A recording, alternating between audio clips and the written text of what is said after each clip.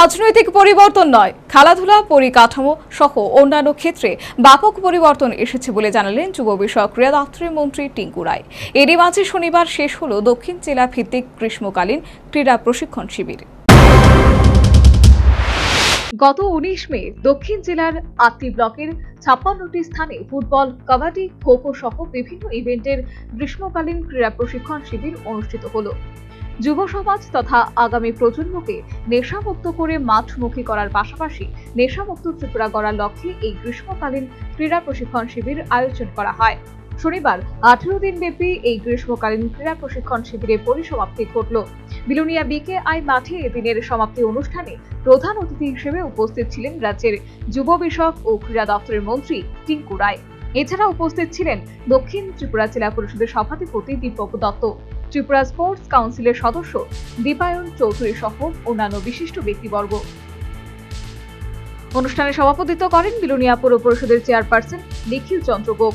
রাজ্যে শুধু রাজনৈতিক পরিবর্তন নয়, খেলাধুলা, পরিকাঠামো সহ অন্যান্য ক্ষেত্রে ব্যাপক পরিবর্তন এসেছে বলে অনুষ্ঠানে নিজে ভাষণে জানিয়েছেন যুব বিষয়ক ও ক্রীড়া দপ্তরের মন্ত্রী টিঙ্কু রায়। পরিবর্তন শুধুমাত্র রাজনৈতিক পরিবর্তন নয়, শুধু যদি আমরা দেখি খেলাধুলা, পরিকাঠামো বা অন্যান্য ক্ষেত্রে অনেকগুলি পরিবর্তন এসছে।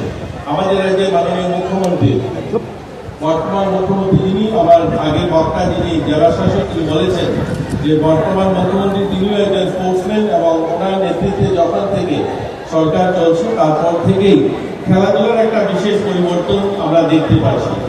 আর যদি আমি বলি আমাদের জাতীয় স্তরে বা আন্তঃরাষ্ট্রীয় স্তরে আমাদের রাজ্য থেকে অনেক খেলোয়াড়রা বেরিয়েছে এবং সুনামের সঙ্গে রাজ্যের নাম উজ্জ্বল করেছে।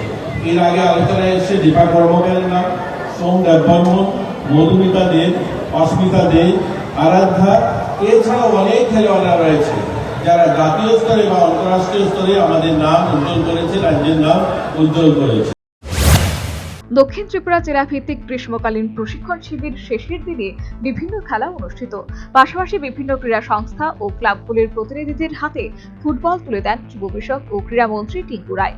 গোটা অনুষ্ঠানকে ঘিরে স্থানীয় সাধারণের মধ্যে অভূতপূর্ব সাড়া পরিলক্ষিত। Bureau report, news vanguard.